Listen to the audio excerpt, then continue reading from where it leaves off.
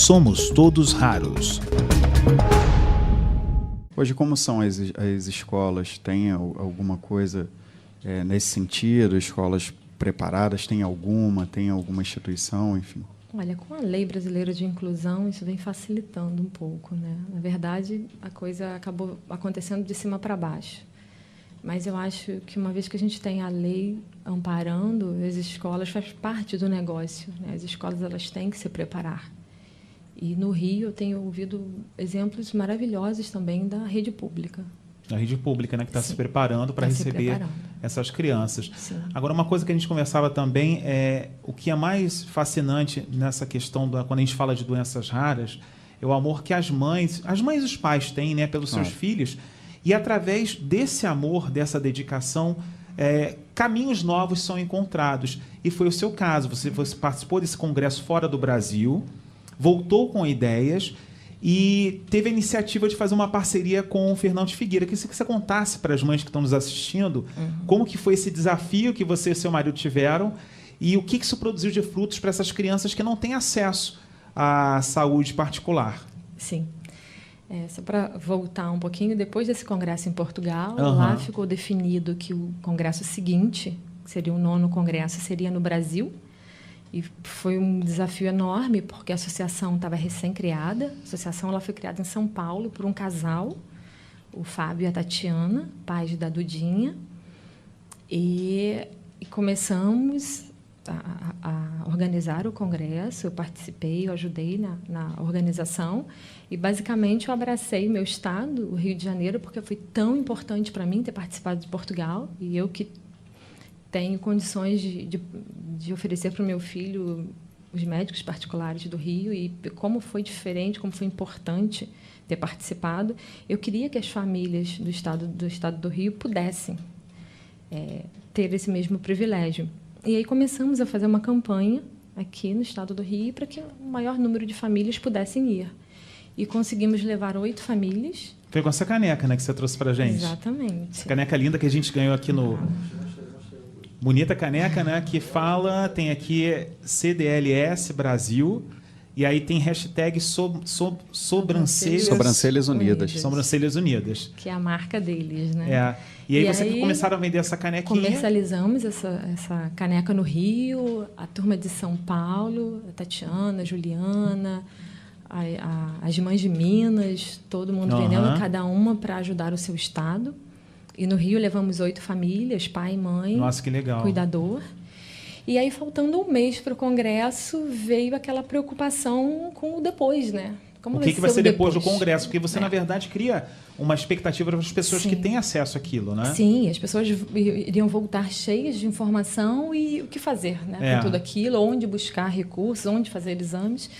Então, foi quando a gente procurou o Fernandes Figueira, procuramos o diretor do Fernandes Figueira, o Dr. Fábio, e que prontamente nos atendeu, nos ouviu, e propomos uma parceria que basicamente consistia em levarmos alguns médicos, uma equipe multidisciplinar do Fernandes Figueira, para o congresso em Minas, onde eles iriam interagir com os especialistas internacionais que viriam, e que depois ficaria como um centro de referência para as famílias de Cornélia no estado do Rio. E assim foi feito. Foram 5 médicos para o congresso, mais uma assistente social. E eles interagiram com os médicos no atendimento às crianças. E foi muito maravilhoso. O relato deles é muito positivo, do aprendizado, do ganho. E fizemos um dia de Cornélia no Fernandes Figueira, logo depois do congresso, em setembro.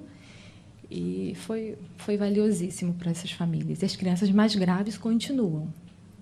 Tendo essa atenção lá do Instituto, né? Com as cirurgias necessárias, com os exames necessários. E você falou numa palavra interessante, né, Daniel? Cirurgias. A gente sempre recebe aqui no Somos Todos Raros esses depoimentos. Assim, algumas doenças têm mais dificuldade na obtenção de medicamentos. Sim. São medicamentos caríssimos. Já outras doenças não são os medicamentos. É uma série de fatores que dependem para a criança se desenvolva bem. No caso da Cornélia de Lange, qual seria assim, os pontos principais que você pudesse elencar para a gente aqui nessa entrevista? Cornélia de Lange, graças a Deus, não é uma síndrome que dependa de medicamento de alto custo. mas eles têm alguns caminhos que precisam ser trilhados e acompanhados. Pediatra, obviamente, cardiologista, gastro, otorrino. Então, são algumas especialidades que precisam de acompanhamento com uma certa frequência. Hoje existe algum centro de atendimento, algum polo em algum hospital específico ou não? Agora ficou o Fernandes Figueira. Com o Fernandes Figueira, né? É. E como é que é o que exatamente vocês fazem no dia a dia aqui da associação? Basicamente, a gente oferece informações. A associação hoje centraliza essas informações e os grupos de WhatsApp da associação. Tem um grupo grande, nível nacional. Que Qual o nome do grupo? Família CDLS. Família CDLS. É. Okay. E que é a associação que administra, e cada estado acaba tendo o seu grupo, né? Então, no Rio, nós temos o nosso grupo, CDLS Rio, que é o que administro, e que a gente troca informações, qualquer dificuldade, qualquer problema que a criança esteja passando, a gente se ajuda, a gente é realmente uma grande família. Interessante. A gente recebeu aqui a Alessandra, que fala, né, da questão da doença de Crohn. Sim. E ela criou um blog, não sei se você já teve acesso ao Farmalê, né? Uhum. Que é sensacional, cheio de informações. É, muito legal. E aí você também falou pra gente que as outras mães acabam procurando você e outras mães para ajudar também na questão das informações. Como que é essa troca? Uma troca muito rica. Muito... A gente fica muito feliz que a gente já tem um pouco mais de estrada, né? A mãe da Dani, de 43 anos, eu brinco com ela que ela é a nossa diva maior, porque, você imagina, com tudo que uma criança de Cornélia possa vir a passar, a Mari já passou com a Dani, de 43 Sim. anos. Você imagina, outra geração, outra época, né? Então, é uma troca muito rica e muito... Todas somos muito generosas umas com as outras.